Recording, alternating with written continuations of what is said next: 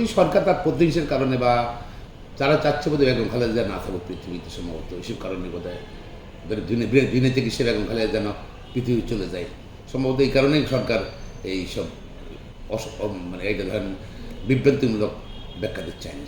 বেগম খালেদা তো অসুস্থ, এবং এটা ধরেন বেগম খালেদা এখন যেটা হলো দেখতেছেন কোনো সময় সপ্তাহে 2বারও যাচ্ছে হাসপাতালে, আর অনেকদিন হাসপাতাল থাকতেছো, আবার প্রায় যেতে হচ্ছে হাসপাতালে। উনি খুবই অসুস্থ। আর আমরা জামিন চেয়েছিলাম নিজের প্যারোলে মুক্তি দেওয়ার আগে, বা জামিন চেয়েছিলাম, কিন্তু জামিনটা দিল না, মেডিকেল সে সরকারের পক্ষ থেকে বিরোধিতা করেছিল। পরবর্তী পর্যায়ে করোনার যে মূর্তি জামিন দিল সরকারের 401-এ স্ক্রিন এক্সারসাইজ করে ওনাকে মুক্তি দিল। কিন্তু উনি অসুস্থ, এই কারণে যেহেতু উনি অসুস্থতার কারণে মুক্ত আছেন, উনি কোর্ট কীভাবে ফেস করবেন এটা ভেরি ইম্পর্টেন্ট। এখানে নিজে এখন টিকে থাকাটাই অনেক জন্য অনেক কষ্ট।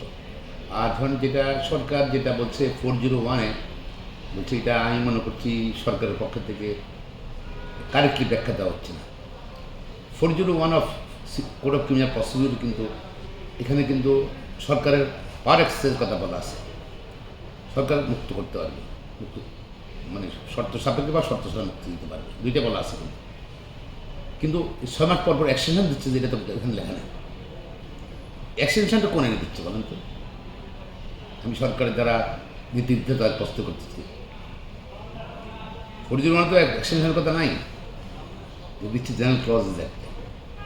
জেনারেল ক্লজ অ্যাক্টে বলা আছে যে অথরিটি আদেশ দেবে সে অথরিটি আদেশ বাতিল করার ক্ষমতা আছে, সংশোধন পরিবর্তন করার ক্ষমতা আছে।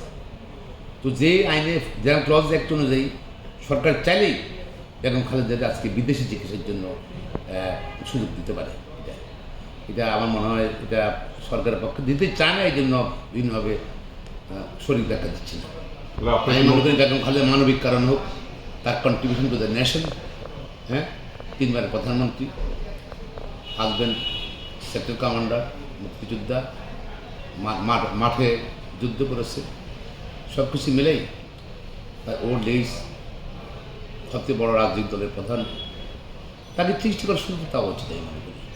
এটা অমানবিক, যাকে অমানবিক যদি না দেওয়া হয় এটা অমানবিক হবে, এটা প্রতিহিংসার শিকার আমি বলবো।